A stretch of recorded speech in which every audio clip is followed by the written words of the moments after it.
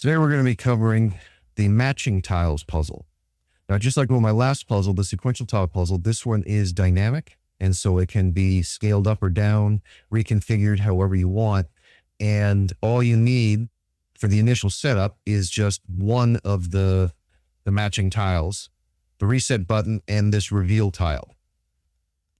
So the way that you configure it is you go to this first tile and you copy it for however many matching pairs you want. So we're going to be doing 8 tiles, which is 4 matching pairs. So we're going to make 4 copies. Copy it, paste it. And then for the first tile, we don't need to change anything. The second tile, we're going to change the graphic to something else. So we'll use runes for this one. So we're going to be, and then under triggers and actions, we change this first set variable line, just like with the sequential tile puzzle. So that's pair 2. And then this one, change the graphic to, that was B, so we'll go with E. And then under triggers, actions, we change this to pair 3. And then the last one, change the graphic. What we got here? L. And change this to pair 4. And then once you have them set, then all you do is just make one copy of each one to make their matching. So copy that one, paste it here. Copy that one, paste it here.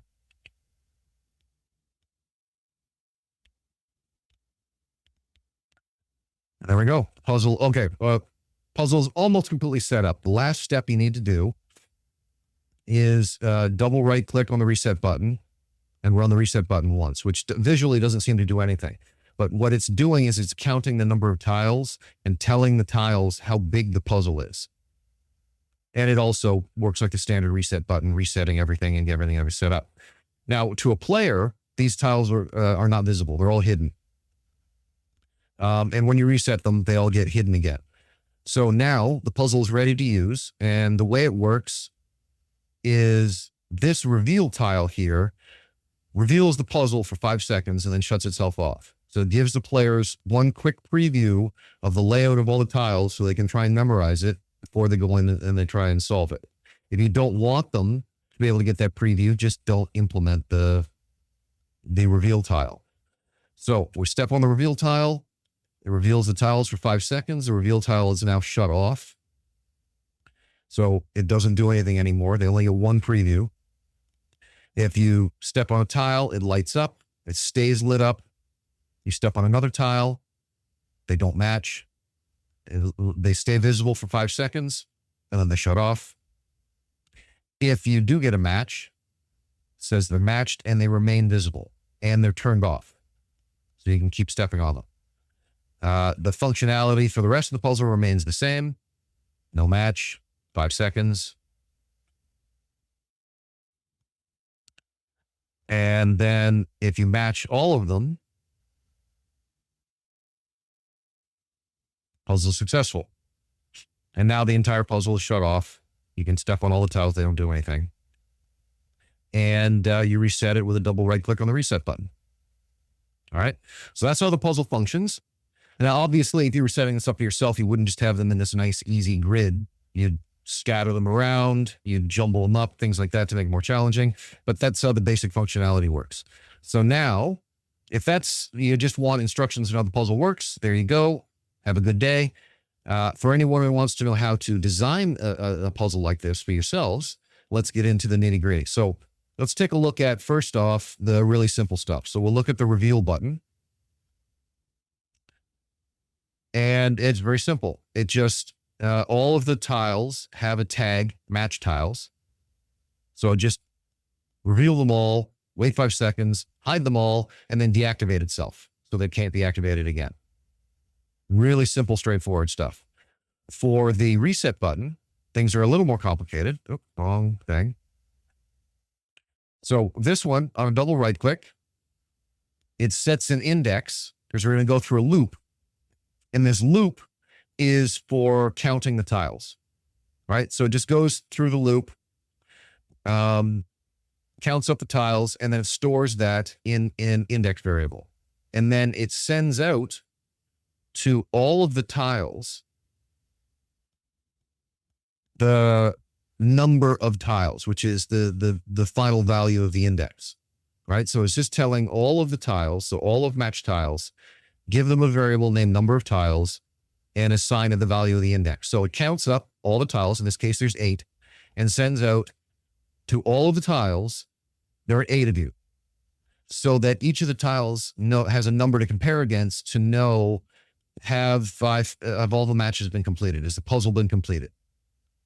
And so at any time, if you change this puzzle, let's say you set up the puzzle and you've got like this 8 matching pair, or there's 8 tiles, 4 matching pairs. And then for whatever reason, midway through, you decide, oh, I want to add another matching pair, or I want to remove a matching pair. You just go ahead and add another pair or delete a pair, run the reset button again, and it redoes the count and updates the value on all of the tiles. So it's completely dynamic, and you reconfigure it as often as you want. And then this cleanup here, remove matched, is just to make sure that none of the tiles think that they've already been matched up. Because again, this is also your reset button.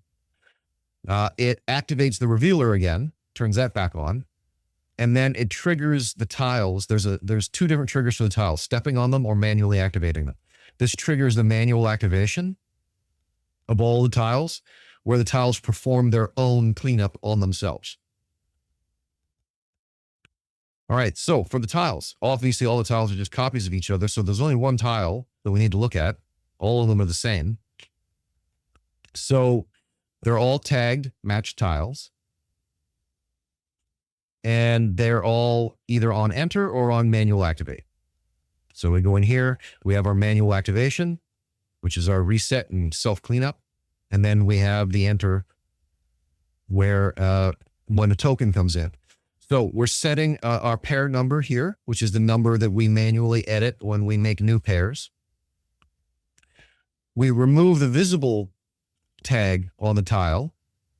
That's how they keep track of whether or not they are visible to the player. Hide the tile if the tile is visible, because again, this is the reset cleanup on itself. Remove the I'm part of a tagged pair, and we'll get to how that works in a minute. And then reset the tile trigger history, because that's how the tiles disable themselves, so you can't step on them twice. So this that resets that, so they can be stepped on again. They can be activated again. So that's all that is to the self cleanup that gets activated when the reset. It also gets called internally down here when you have the 2 tiles you've stepped on and you've attempted to match them and the match has failed and they need to rehide themselves. This all gets triggered again from down here in the code. So it gets triggered from the reset button, but it also gets self-triggered in the event that it's part of a non-matching pair. All right, so when a token steps in, the first thing we check is how many times has the tile been triggered? If it's been triggered exactly 1 time, which is this time, then go ahead and process. Otherwise, stop. This prevents tiles from being reactivated and reactivated when you don't want them to. Reveal the tile. Pretty straightforward. Then we add a couple of tags. I am part of a matched pair, and the pair is numbered by the pair number for this tile. So I'm part, in this circumstance, I'm part of pair 1 visible. And I'm also visible. So we also set this tag. Then we check an entity count, and we're counting how many members of pair 1 visible. We're using the variable here, so pair 1 in this case, visible. How many members of pair 1 visible are there? If there's 2, well, I have a matched pair. If not, then go down to the next test. So if I'm a matched pair, I'm going to come down and I'm going to put out this chat message, matched. And of course, you can replace this with sound effects or animations or whatnot, whatever it is you want to do. and then you remove the visible tag. You add the matched tag. Sorry there, got a little distracted. You add the matched tag so that they're saved as, okay, we have a matched pair. We're done with that pair. They're permanently, they're done. And then we come down and we check if we're the last matched pair. So the puzzle is complete. So in this, we check the total number of tiles, right? We look at the matched tag, because every time you're part of a matched pair, you get the matched tag added to you. Do we have 8? In this case, 8. Do we have 8 matched tiles? If we do, that means all the tiles have been matched. The puzzle's done. If not, drop down to exit. And there's nothing after exit. You could just leave this blank and not have the exit landing, and the code would just stop there. I generally, because I'm figuring them out as I'm building them, I'll put in this exit landing because I may need to do something down there at some point. And so it's there and I can add code there if I want to, or if you want to when you're reconfiguring it. As it stands, it's a little redundant, but it's also harmless. So I just leave it in. I could delete that and it would function exactly the same. Okay, so if it does match the total number of tiles, then we know that the puzzle is finished. So then there's the chat message, puzzle is solved. Now, if you have something that's going to happen at the end of the puzzle, a door is going to unlock, or a reward is going to be revealed, or some animation is going to play, or sound effect or whatever, that's where you would put that in, is right there. Just replace that chat message, or in addition to that chat message, put in whatever your reward criteria are. So back here, when we tested for a match of just one pair, we also went down to the next test. And this one, we're counting how many visible tiles there are.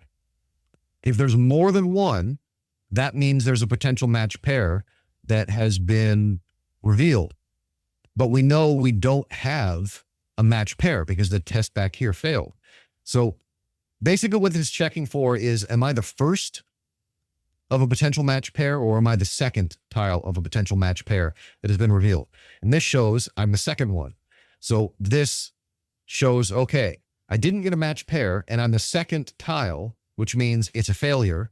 So this is where we put in chat message, no match. So this is where you would put in failure sound effects or animations, punishing damage, whatnot, whatever you're going to do, that's where that would be put in. You wait 5 seconds so that the tiles remain visible long enough for people to try and remember them. And then we trigger the manual trigger cleanup for the tile. And we're not triggering just for ourselves. We're triggering for anything that is visible. So the 2 revealed tiles, both will perform cleanups on themselves and hide themselves. And that's it. That's all there is to it. It's a little more complicated because it is dynamic and reconfigurable. The original version of this puzzle that I had that was in my module, and this version will be released in the module today. But the original version was much more simplistic because it wasn't dynamic. It wasn't easily reconfigurable and expandable. I was inspired to make this change after I figured out how to make my sequential puzzle dynamic and reconfigurable. So this is more complicated than it needs to be strictly to be a matched tile puzzle, but it can very easily be expanded or reconfigured for anyone to suit their campaign. So that's why I did it this way. And again, you don't need to know any of this if all you want to do is just use the puzzle. Just the first bit of the video showed how to reconfigure the puzzle, and that's all you need. This is just for people who want to get into the more advanced stuff of how to do these kinds of things. So that's it. The fundamentals of the puzzle is just one tile, one reset button, and one reveal button. And then everything else is just copy paste with minor configuration differences. The module, as I said, where I'm updating it today with this new version of this puzzle. I've also updated how documentation is done. The way it used to work is the documentation would get copied into your journal for each of the modules or puzzles as you unpack them. Now I don't do that anymore. I just put all the documentation into the TP documentation in folders for macros, puzzles, and traps. I was having some difficulty with like duplications and documentation not being updated and stuff like that. So just keeping the documentation all here, it removes all of those problems. It also doesn't clutter up your journal. So that's slightly changed, but other than that, the rest of the setup for my module remains the same. The link for the module, as usual, is down in the description. There is the link for my Discord. So if you have any questions, if any of this confuses you, or you just have some ideas of other traps and puzzles to try, I do commission puzzles and traps. So if you want me to design one for you, then get in touch on my Discord. And of course, my coffee link if you want to support the things that I do. That's it. Hopefully you guys found this interesting. Have a good one.